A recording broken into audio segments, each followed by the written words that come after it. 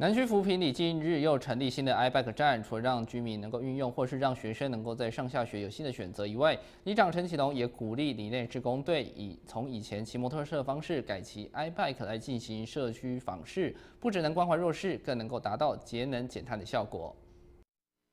南区扶贫里的四育国中门口最近新设了公共自行车 iBike 的站点，除了能提供学生在上下学时有新的选择，也让附近的爱邻守护队有新的交通方式可以进行社区探访。新站成立了以后，那我本来都是骑摩托车来做访视，那我就鼓励他们尽量都是骑 iBike 来做一个访视，这样可以做节能减碳，也可以我们做一个低碳城市的概念所以这些志工都很乐意。不少志工都表示，本来是骑摩托车进行探访，现在都改成骑脚踏车。另外，志工也认为社区探访这个活动很有意义。我们可以看一些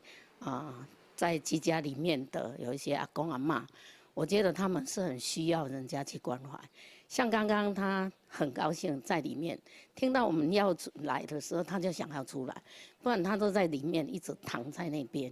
我觉得是蛮有意义的。拢来遮甲关心，真欢喜。里长嘛足好的，定得甲因关心。